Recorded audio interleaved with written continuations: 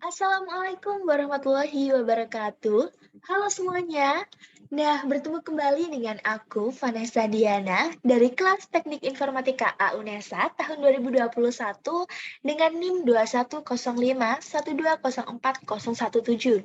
Nah, kira-kira kali ini aku bakalan ngejelasin materi apa lagi nih? Nah, bener banget. Kali ini aku akan menjelaskan tentang kabel UTP. Kira-kira apa sih kabel UTP itu? Simak video ini sampai habis ya.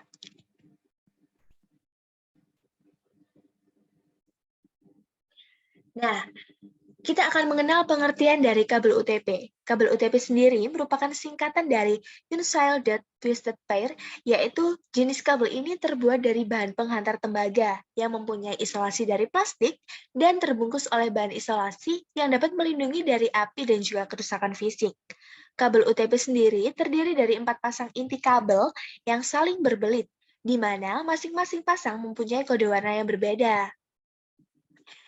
Selanjutnya ada fungsi dari kabel UTP sendiri. Yang pertama, dapat menghubungkan komputer dengan komputer lain. Yang kedua, dapat menghubungkan komputer dengan hubungan atau switch.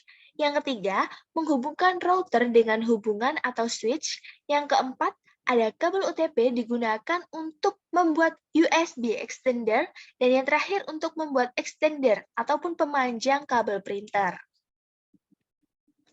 Selanjutnya kita mengenal warna-warna dari kabel UTP sendiri. Ada putih orange, putih hijau, biru, putih biru, hijau, putih coklat, dan juga coklat. Nah, selanjutnya ada jenis-jenis kabel UTP. Yang pertama ada kabel UTP straight atau trok. Nah, jenis kabel UTP ini mempunyai aturan penyusunan di mana antar ujung konektor yang satu dengan ujung konektor yang lainnya memiliki aturan yang sama. Yang kedua, ada kabel crossover, di mana tipe kabel UTP ini mempunyai aturan penyusunan, di mana tiap ujung konektor disusun secara berbeda. Urutan penyusunannya pada konektor pertama, yaitu putih jingga, putih hijau, biru, dan dilanjutkan dengan putih biru, hijau, putih coklat, dan juga coklat. Dan yang terakhir ada kabel rollover, di mana pada jenis ini kabel ujung memiliki UTP disusun dengan urutan yang terbalik antara konektor pertama dengan konektor kedua. Biasanya jenis susunan UTP ini dipakai untuk menghubungkan dua perangkat yang berbeda yang biasanya memiliki konsol, misalnya antara switch dengan printer atau antara switch dengan proyektor. Oke, selanjutnya apa aja sih kategori yang dimiliki kabel UTP itu? Nah, yang pertama ada kategori 1, yaitu kabel UTP yang memiliki transmisi paling rendah dibanding kategori lainnya hanya sebesar 1 Mbps. Kategori ini digunakan untuk komunikasi analog dan tidak cocok untuk zaman sekarang. Dan yang ada kategori kedua, sedikit lebih baik jika dibandingkan kategori yang pertama. Kategori kedua ini memiliki kecepatan transmisi data sampai dengan 4 Mbps, dan ia juga sudah mendukung data dan suara digital. Biasanya, kabel ini digunakan untuk token ring oleh IBM meski sekarang sudah tidak cocok lagi.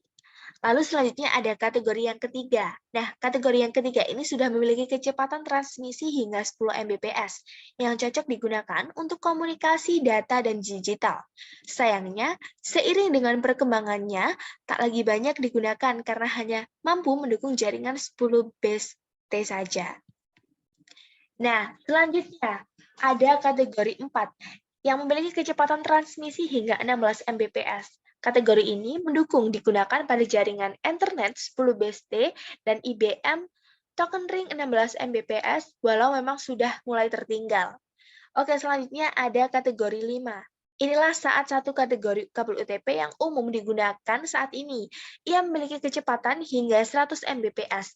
Bahkan, kabel ini bisa berjalan dalam transmisi hingga 1 Gbps. Syaratnya panjang, kabel tak lebih dari 100 meter, dan ia sudah mendukung fast Ethernet yang bernilai 100 BST. Selanjutnya ada kategori 5E. Nah, kategori 5E ini yang mendukung transmisi data hingga 1 Gbps, tak salah bila kabel ini direkomendasikan untuk jaringan gigabit Ethernet. Oke, selanjutnya masih ada kategori 6, di mana kategori kabel UTP yang mendukung kecepatan data hingga 10 Gbps dengan frekuensi komunikasi 250 MHz. Nah, umumnya kabel UTP ini digunakan untuk jaringan gigabit Ethernet dan bahkan hingga 10G Ethernet. Dengan syarat panjang, kabel hanya kurang dari 55 meter. Nah, selanjutnya ada kategori 6A, sedikit lebih baik dibanding kategori sebelumnya, di mana kabel ini sudah mampu melakukan frekuensi komunikasi yang lebih besar, yaitu mencapai 500 MHz. Nah, dan yang terakhir ada kategori 7, di mana kategori ini mampu melakukan transmisi data hingga 10 Gbps pada frekuensi mencapai 600 MHz. Nah, berbicara tentang kategori nih, selanjutnya kita akan geser mengenai karakteristik yang dimiliki kabel UTP sendiri. Kabel UTP ini memiliki bagian dalam yang terdiri dari 8 buah kabel di mana setiap warnanya berpasang-pasangan. Dan selanjutnya ada kecepatan transmisi hingga 1000 Mbps dan maksimal panjang kabel yang disarankan yaitu 100 meter. Dan yang ketiga ada memiliki impedansi sekitar 100 ohm. Yang keempat menggunakan konektor RJ45. Yang kelima dan yang terakhir yaitu tiap pasang warna yang dililit sehingga menghasilkan 4 pasang kabel dan tidak memiliki pelindung atau shield. Oke, selanjutnya ada fungsi-fungsi dari kabel UTP sendiri. Sesuai dengan warnanya, yaitu warna biru memiliki fungsi sebagai penghantar paket suara, warna coklat memiliki fungsi sebagai penghantar tegangan DC, yang ketiga, yang hijau memiliki fungsi sebagai penghantar paket data, yang jingga memiliki fungsi sebagai penghantar paket data, yang putih biru memiliki fungsi sebagai penghantar paket suara, yang putih coklat memiliki fungsi sebagai penghantar tegangan DC, yang kelima memiliki fungsi, yaitu putih hijau memiliki fungsi sebagai penghantar paket data, dan yang terakhir ada putih jingga memiliki fungsi sebagai penghantar paket data. Oke, nah kira-kira berbicara tentang kelebihan dan kekurangan. Tentunya setiap kelebihan pasti ada kekurangan. Kira-kira apa aja sih kelebihan yang dimiliki kabel UTP serta kekurangan yang dimiliki kabel UTP sendiri? Nah, ini dia kelebihan dari kabel UTP. Kabel UTP memiliki harga yang relatif murah, maka tak salah bila kabel ini banyak digunakan. Yang kedua, kabel ini memiliki diameter yang lebih kecil dibandingkan dengan kabel SDP. Ukurannya yang lebih kecil memudahkan proses instalisasi suatu jaringan. Yang ketiga ada kabel UPT lebih fleksibel dibanding dengan kabel SDP. Hal ini karena kabel UTP tidak memiliki pelindung aluminium foil. Dan yang terakhir ada proses pemilihan jaringan dari kabel UTP cukup mudah dibanding dengan SDP. Nah, jika kita tadi sudah berbicara tentang kelebihan yang dimiliki kabel UTP, selanjutnya kita akan bergeser ke kekurangan yang dimiliki kabel UTP sendiri.